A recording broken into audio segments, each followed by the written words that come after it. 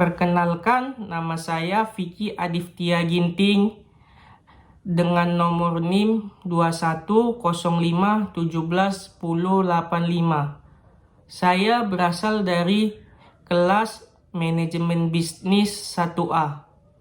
Di sini saya akan menjelaskan 10 prinsip-prinsip ekonomi dari George Mankiw.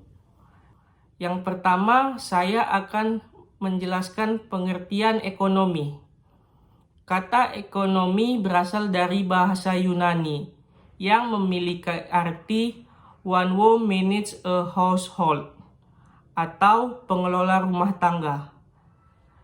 Yang kedua, rumah tangga dan ekonomi memiliki banyak kesamaan.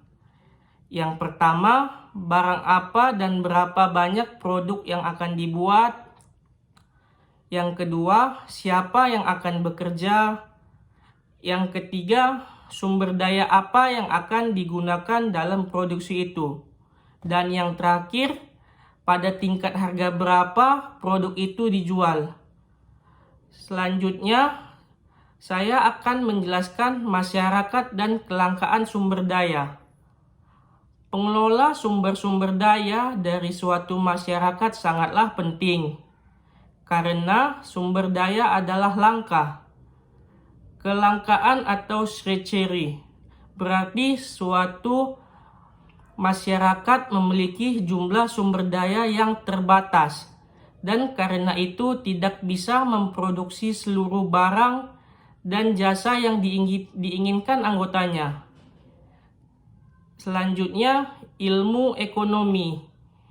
Ilmu ekonomi adalah ilmu yang mempelajari bagaimana masyarakat sumber daya yang langka. Para ekonomi mempelajari bagaimana masyarakat membuat keputusan, bagaimana masyarakat berinteraksi satu dengan lainnya, dan beragam kekuatan dan tren yang mempengaruhi perekonomian secara keseluruhan. Lanjut, saya akan menjelaskan 10 prinsip ekonomi.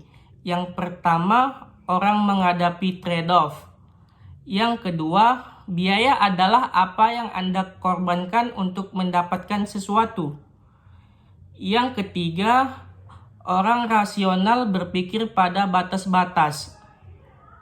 Yang keempat, orang tanggap terhadap insentif. Yang kelima, perdagangan menguntungkan semua pihak.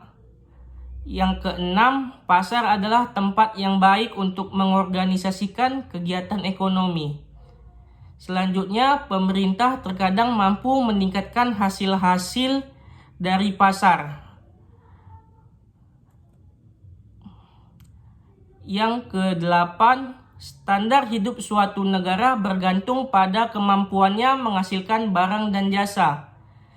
Yang kesembilan, harga-harga meningkat jika pemerintah mencetak uang terlalu banyak.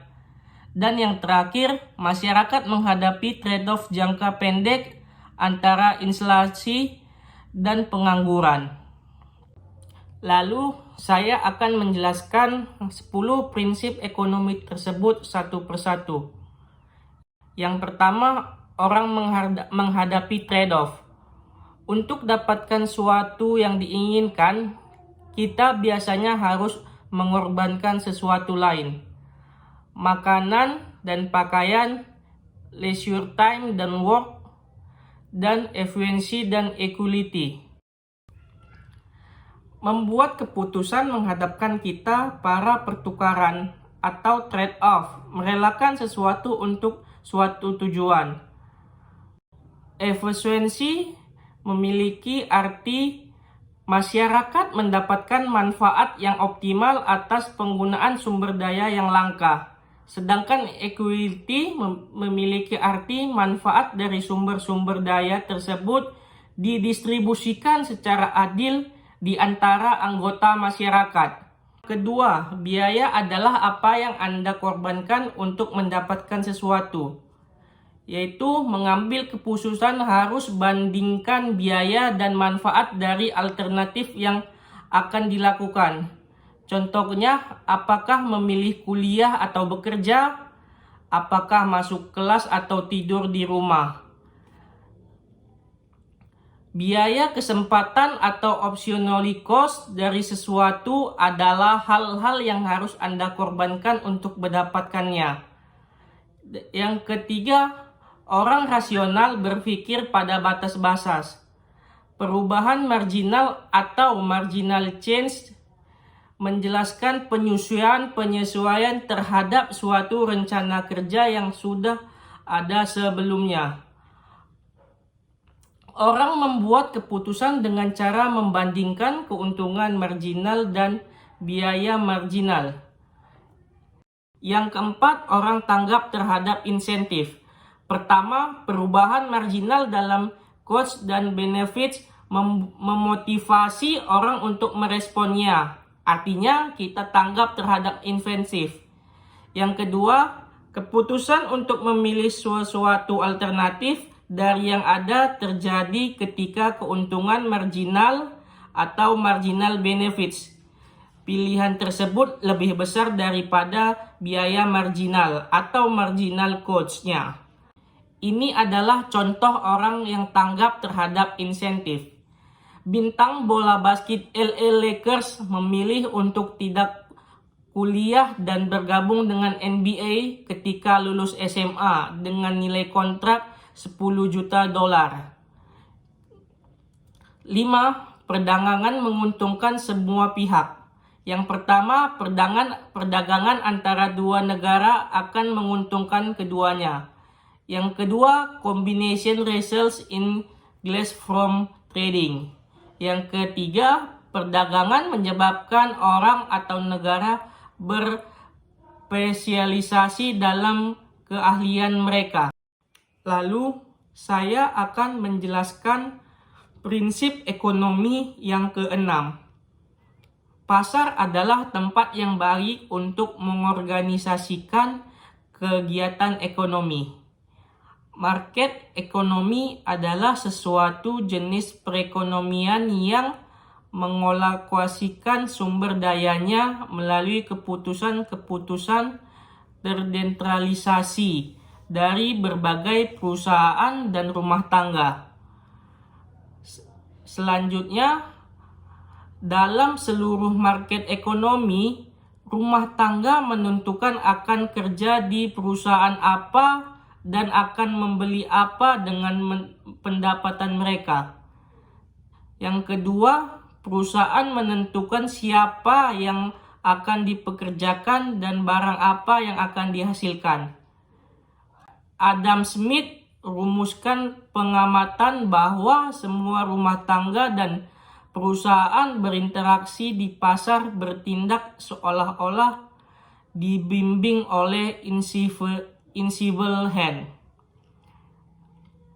Selanjutnya, harga adalah alat yang digunakan oleh tangan tak nampak ini untuk mengatur kegiatan ekonomi. Karena rumah tangga dan perusahaan mempertimbangkan harga saat mengambil keputusan untuk membeli dan menjual. Tanpa sadar, mereka memperhitungkan manfaat dan biaya dari tindakan mereka secara sosial.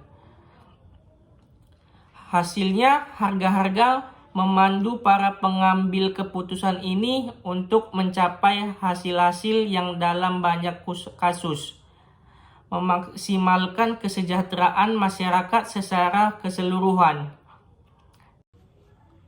Yang ketujuh, pemerintah terkadang mampu meningkatkan hasil-hasil dari pasar.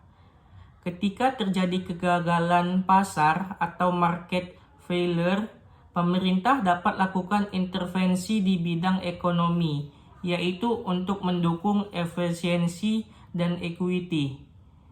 Market failure terjadi ketika pasar gagal mengalokasikan sumber dayanya secara efisien dengan kekuatannya sendiri. Salah satu penyebab kegagalan pasar adalah externality, dampak tindakan seseorang atau perusahaan terhadap kesejahteraan orang lain. Contoh biaya eksternal adalah polusi. Kegagalan pasar juga dapat disebabkan oleh kekuasaan pasar atau market power, yaitu kemampuan sekelompok orang untuk mengatur harga-harga di pasar. 8. Standar hidup suatu negara bergantung pada kemampuannya menghasilkan barang dan jasa. Standard of living dapat diukur dalam hal perbedaan. Pertama, perbandingan pendapatan perorangan atau pendapatan per kapita. Yang kedua, perbandingan nilai total produksi nasional atau PDB. Hampir semua variasi antara standar-standar hidup dapat dikaitkan dengan perbedaan produktivitas atau productivity. Productivity adalah besarnya jumlah barang dan jasa yang dihasilkan dari 1 jam kerja seorang pekerja. Yang kesembilan, harga-harga meningkat jika pemerintah mencetak uang terlalu banyak. Inflation adalah peningkatan harga secara keseluruhan dalam suatu perekonomian. Yang pertama, salah satu penyebab inflasi adalah pertumbuhan jumlah uang. Yang kedua, ketika pemerintah mencetak uang dalam jumlah yang besar, nilai uang itu sendiri akan turun. 10. Masyarakat menghadapi trade-off jangka pendek antara inflasi dan pengangguran. Selanjutnya, saya akan menjelaskan rangkuman dari materi di atas. Yang pertama, ketika individu-individu membuat keputusan, mereka dihadapkan pada trade-off. Yang kedua, orang-orang yang rasional mengambil keputusan dengan cara membandingkan antara biaya marginal dan keuntungan marginal. Yang ketiga, perdagangan atau pertukaran dapat menguntungkan kedua belah pihak yang melakukannya. Yang keempat, pasar adalah tempat yang baik untuk mengkoordinasikan perdagangan dalam masyarakat. Yang kelima, pemerintah dapat meningkatkan kinerja pasar jika terjadi kegagalan pasar. Yang keenam, produktivitas sebuah negara adalah faktor utama dari standar hidup. Yang ketujuh, masyarakat dihadapkan dengan trade-off jangka pendek antara inflasi dan pengangguran. Sekian penjelasan 10 prinsip ekonomi dari saya. Apabila saya ada salah kata, saya mohon maaf. Saya ucapkan terima kasih.